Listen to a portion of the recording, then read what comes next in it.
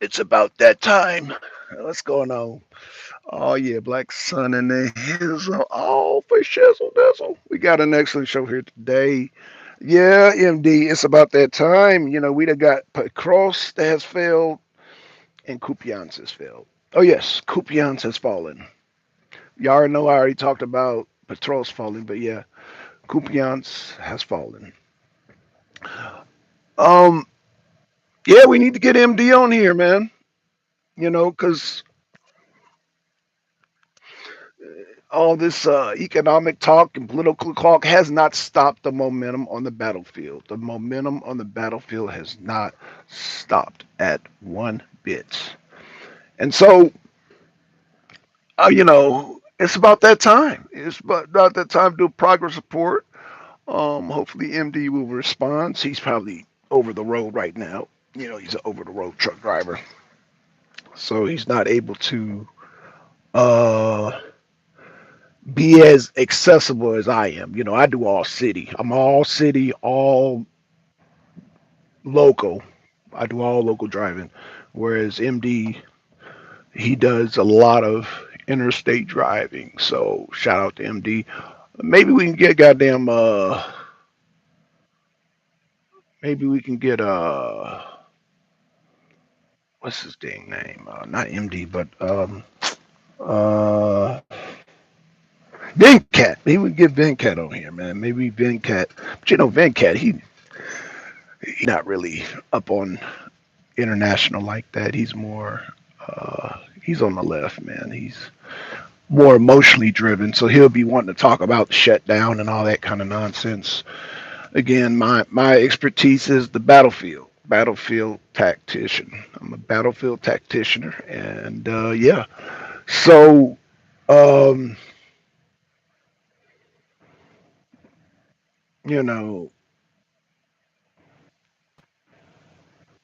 Kupiansk has fallen, and you still have Europe sending money to Ukraine, or taking in money for Ukraine. I wouldn't even say sending money to Ukraine because Ukraine has one of their generals said they needed more ammo, they needed more equipment, but I believe it was Colonel Douglas McGregor that said, and Andre, I think Andre also said that you don't have no manpower, no men to operate them. I hope I get Andre on the show real soon. Shout out to Andre. I'm gonna goddamn reach out to Andre because, yeah, Andre, man, I love how he breaks down the whole paradigm. He comes from the Reagan era, so he's uh he's one that I want to suggest y'all go to his channel. I need to post his information in the link, but Andre, um, I want to get a hold of Andre. Yeah, he's definitely a good person to rely on. But you know, so let me give some local news real quick. So last night, the Senate or Congress, the House, they've went back and forth and they voted. I think it was 50. Was it 50? I can't remember the numbers, but it was in the 50s, and it was close because the nays were in the 40s. So it was the 50. I can't remember the exact number, but they all voted to reopen the government, and so looked like the Republicans won on that as far as like negotiate. I hadn't even been keeping up with the whole shutdown, but the Republicans did manage to open up back up the government. Which brings me real quick because you got a lot of people on YouTube talking about, oh, now they voted for Trump, right? Oh, Trump should be impeached. Oh, Trump, blah, blah, blah. And I'm just like, I've always asked this question, and I was asked it during the time of the when Trump was running. What policies are you voting for? Oh, my pastor said Trump was good, and so I'm going to vote for Trump because my pastor said he was. That's not a policy. That's not a policy. So because your pastor told you, oh, my pastor told me Trump was a good person, that's not a policy. And it's sad because I have encountered people like this, grown ass people, grown as men and women who voted for Trump. And now they turning on Trump because they didn't have any foundation or any policy. The policy that I voted for Trump, whether Trump is keeping his word or not, was to end the war in Ukraine. You had two sides. That was my number one reason, to end the war in Ukraine. And Trump said, now Kamala said to the last Ukrainian, and her predecessor Biden was not willing to talk to Putin. What has changed is that Donald Trump did talk to Putin. He did have dialogue. However, one can debate, one can make the argument that the war has not stopped, you know, and that Trump is being flip floppy, and Trump has lied about what he said on the campaign. Okay, you can have that, but what I'm saying is that initially, what I voted for, and I said, I'm gonna give him a chance.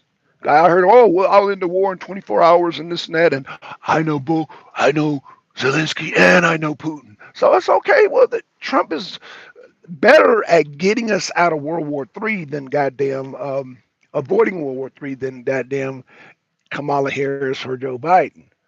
And so that was the policy that I was going on to end the war in Ukraine. That was the number one policy, and I'm still thinking it's still the number one policy. But Trump was the better choice because of the promises he made, as opposed to the genocidal statement that Kamala made, talking about to the last Ukrainian, till the last Ukrainian. So a big difference. So um,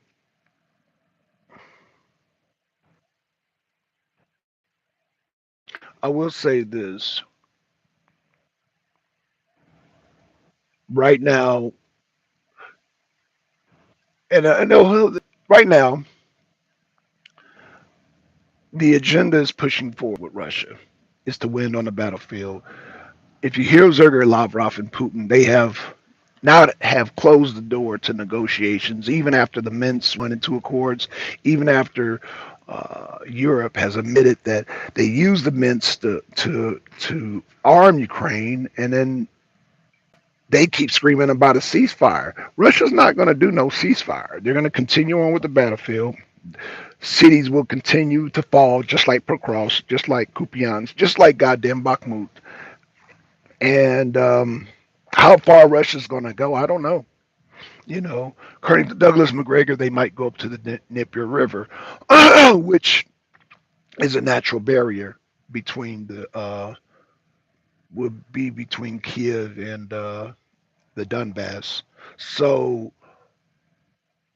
I'm thinking about another year or two, because the war of attrition is just to kill Ukrainian soldiers, not even to take land. So they're not advancing to take land, but just to keep wearing down Europe's support, keep wearing down America's support, just keep wearing down the Ukrainians. And they're doing a damn good job at it. You got Ukrainians who are deserting, you got Ukrainians who are basically not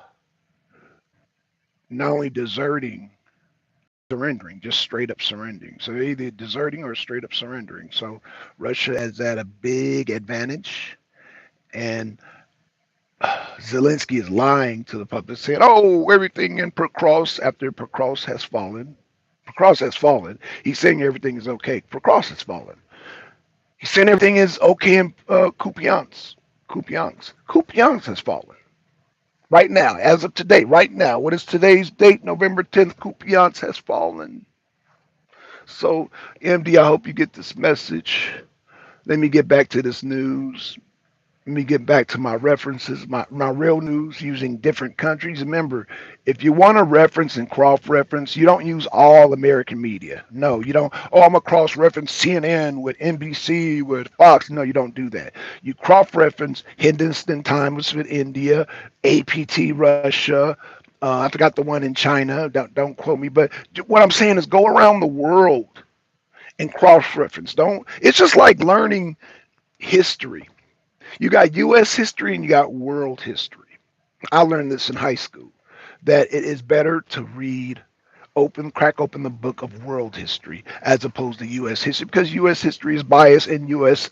media is definitely biased. So yeah, if you want to cross reference, use references and you know check sources, make sure they're in different countries, Africa, you know, United Arab Emirates, Korea, North Korea, China, make sure that they're world references. Don't just reference ping pong, just America, America, America. Don't do that. Because all during America, and I told MD this, him being from Georgia, he should know better this because we started the wartime propaganda during the Civil War.